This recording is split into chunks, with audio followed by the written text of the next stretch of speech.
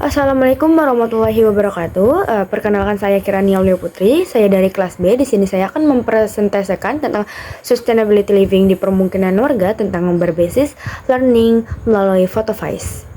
Yang pertama ada engage yang merupakan pertanyaan pemicu dan juga refleksi awal. Di sini dari dulu hingga sampai saat ini masalah sampah masih menjadi salah satu tantangan besar yang dihadapi oleh masyarakat di sekitar lingkungan saya, yang mana setiap harinya kita kan menghasilkan berbagai jenis sampah nih ya, dari mulai sampah aktivitas rumah tangga, pekerjaan dan juga sekolah. Namun tidak semua orang memiliki kesadaran untuk mengelola sampah tersebut dengan baik. Nah, di tengah persoalan ini hadirlah konsep bank sampah yang menjadi sebagai salah satu solusi kreatif yang tidak hanya membantu mengurangi timbunan sampah, tetapi juga memberikan nilai ekonomi bagi masyarakat. Dari refleksi ini muncul beberapa pertanyaan. Mengapa bank sampah ini bisa menjadi solusi efektif dalam mengatasi masalah lingkungan? Lalu yang kedua ada explore. Melalui pengamatan dari hasil observasi yang telah saya jalankan, dapat terlihat bahwa Universitas Negeri Jakarta telah menerapkan program bank sampah, yang mana program ini berjalan dengan sangat baik, sehingga dari apa yang saya lihat di lokasi, bahwa area tersebut sudah cukup bersih dan tidak ada sampah yang berserakan. Tentunya program ini tidak bisa berjalan juga sendirian, berkat partisipasi juga kesadaran mahasiswa atau mahasiswi Universitas Negeri Jakarta, yang mana akan pentingnya untuk membuang sampah di tempatnya. Maka dari itu, program partisipasi juga kesadaran mahasiswa atau mahasiswi Universitas Negeri Jakarta, yang mana akan pentingnya untuk membuang sampah di tempatnya.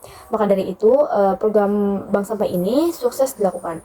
Program bank sampah juga secara tidak langsung telah melatih pola pikir dan juga sifat kepedulian mahasiswa terhadap lingkungan sekitar. Lalu yang ketiga ada explain. Di sini saya akan mempresentasikan tentang analisis keterkaitan temuan dengan sustainability, ekoliterasi, pembelajaran sepanjang hayat, dan juga studi kasus yang relevan. Di sini yang pertama ada sustainability. Dengan konsep sustainability atau yang disebut dengan keberlanjutan, konsep ini bisa mendorong pemilahan di sumber, juga pengumpulan bahan yang bernilai, dan pengolahan limbah berbasis komunitas. Bank sampah membantu mengurangi beban TPR, juga dapat menurunkan polusi, serta menciptakan nilai ekonomi bagi partisipasi melalui penukaran atau penjualan bahan. Langkah ini konkret menuju tujuan pembangunan berkelanjutan. Terus yang selanjutnya ada ekoliterasi.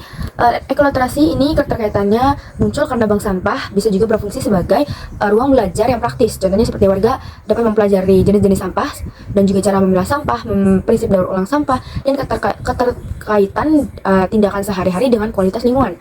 Program yang disusun sebagai intervensi pendidikan ini meningkatkan kesadaran ekologis dan mengubah perilaku. Dengan kata lain, ekoliterasi ini bukan hanya pengetahuan tetapi juga praktik yang hidup dalam kegiatan bank sampah.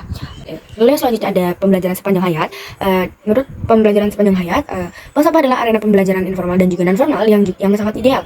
Contohnya seperti semua kelompok umur dapat belajar keterampilan teknis seperti pemilahan, pengemasan, dan juga pencatatan. Ada juga pembelajaran tentang ekonomi yang mana meliputi manajemen simpanan, pemasaran bahan daur ulang, dan juga di sini ada keterampilan sosial yang mana meliputi kerja kolektif dan juga kepemimpinan. Karena pembelajaran sepanjang hayat ini menekankan pada pembelajaran berkelanjutan di luar sekolah formal. Bank sampah memenuhi prinsip itu dengan menyediakan kesempatan belajar bagi warga sepanjang hidup mereka. PSH ini juga meningkatkan kapabilitas komunitas dan fleksibilitas sosial ekonomi masyarakat. Yang selanjutnya ada studi kasus. Bukti empiris dari kasus di berbagai kota Indonesia memperkuat hubungan teoritis ini. Contohnya seperti studi lapangan di masyarakat dan juga Yogyakarta, yang mana mendokumentasikan bagaimana tata kelola, pelibatan komunitas, dan dukungan institusional memperkuat efektivitas bank sampah yang mencakup aspek lingkungan, pemberdayaan ekonomi, dan juga perubahan kebiasaan masyarakat. Kajian lintas daerah juga menunjukkan bahwa model bank sampah yang dapat dikombinasikan dengan teknologis, misalnya seperti aplikasi digital dan pendekatan partisipatif yang menghasilkan peningkatan partisipasi dan juga efisiensi operasional.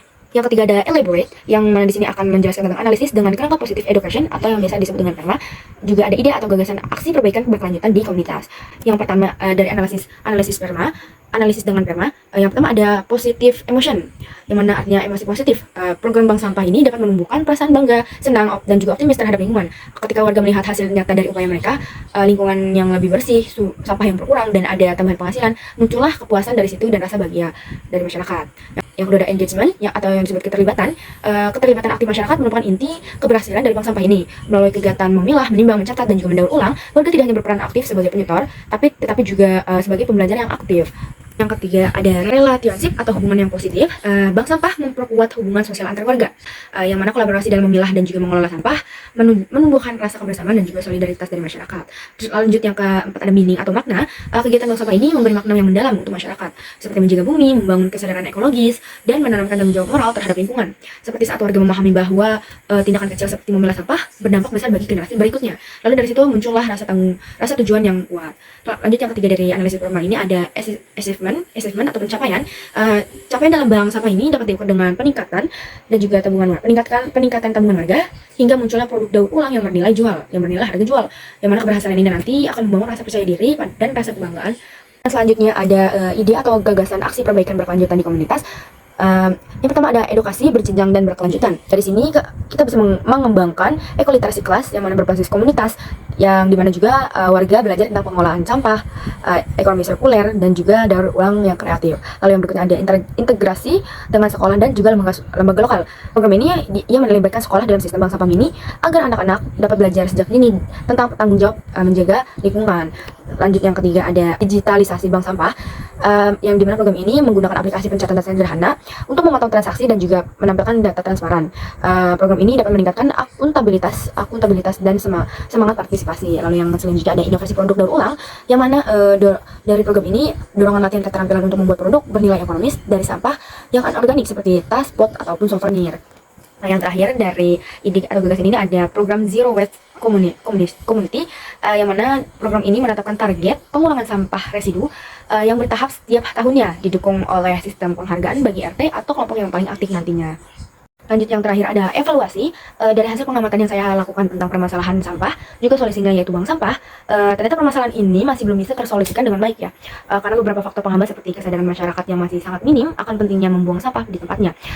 Menurut saya menjaga kebersihan itu bukan hanya untuk petugas kebersihan saja, tetapi itu merupakan kewajiban dari seluruh masyarakat untuk menjaga lingkungan dengan baik dan juga benar. Setelah saya pelajari dan juga mendapatkan wawasan yang begitu sangat penting dari pengamatan saya di atas atau dari pengamatan saya kemarin, saya menjadi jauh lebih sadar akan dampaknya jika membuang sampah sembarangan. Pembelajaran ini menumbuhkan sikap peduli saya terhadap lingkungan untuk menjadi jauh lebih besar dan kuat lagi. Sekian presentasi singkat dari saya, kurang lebihnya mohon maaf. Wassalamualaikum warahmatullahi wabarakatuh.